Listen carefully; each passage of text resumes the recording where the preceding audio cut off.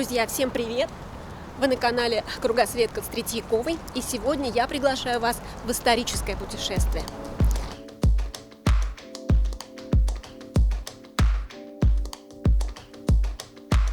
Сегодня мы погуляем по городу с президентом Русского физического общества Владимиром Геннадьевичем Родионовым. Здравствуйте. У Владимира Геннадьевича есть доказательства гипотезы, по которой цивилизация берет начало с очага, который появился на Северном Урале. Значит, Северный Урал. Дальше. Вся, так сказать, все побережье, европейское побережье Ледовитого океана, это все так называемая Гиперборея.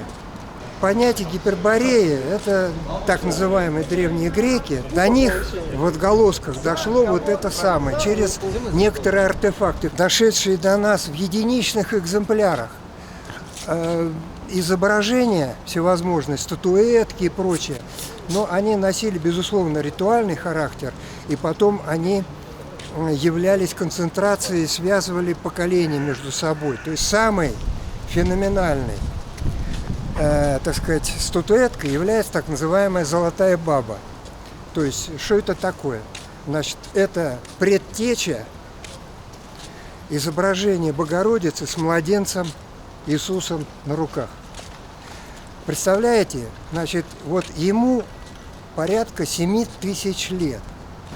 Ни одна культура на европейской территории, значит, Евразийского континента, она не смогла обойтись без этих уникальных исторических артефактов, которые европейцам достались от прародины своей. Значит, працивилизации, значит, севера и Северного Урала. Потому что, например, историки или палеогеографы, они говорят, что, конечно, вот там климат был намного мягче и, так сказать, великое оледенение пошло, десятки тысяч лет там прошло. Но до того там достаточно комфортные были условия. Значит, Земля каждые 12 тысяч лет испытывает скачкообразную смену удара наклона своей оси по отношению к эклиптике. И в то же время она постоянно растет. Ну, примерно 1 000 000 тонн в секунду. Вы задумайтесь, это все уже доказано. Существуют фундаментальные работы, которые описывают эти все процессы. И смотрите, что. Поэтому для нас реперной точкой, первой, ближайшей к нашей эпохе, является 12-тысячелетняя.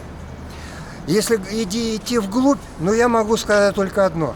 Существует, есть такие, так сказать, гипотезы о лемурийской культуре. Это уходит на десятки тысяч лет. Это уже порядка 120 тысяч лет.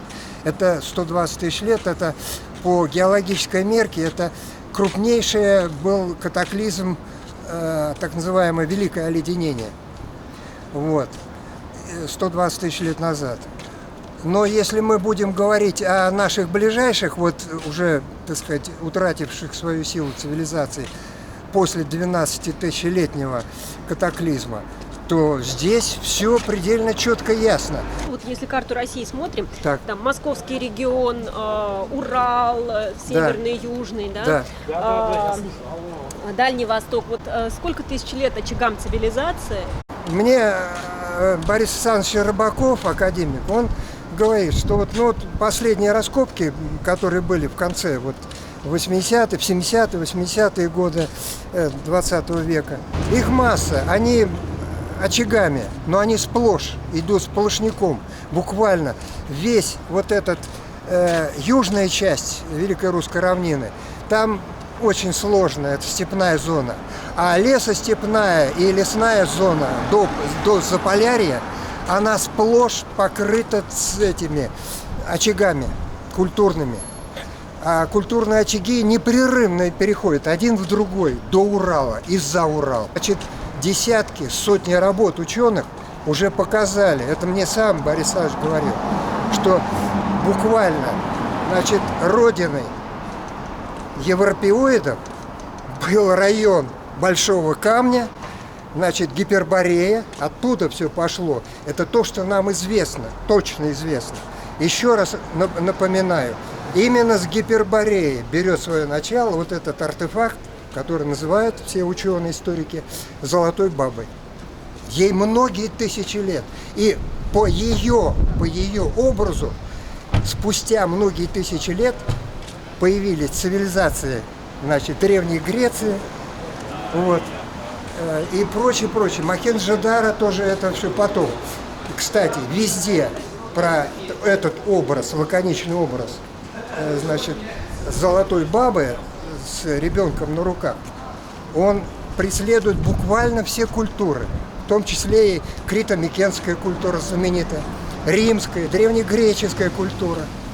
И это очень важно. Мы должны понимать, что существует незримая нить, связывающая не просто людей или поколения людей, но целые цивилизации связывают. Это колоссальный пласт. Понимаете, за каждой цивилизацией тысячи, многие тысячи душ, людей, которые жили, страдали и прочее, молились.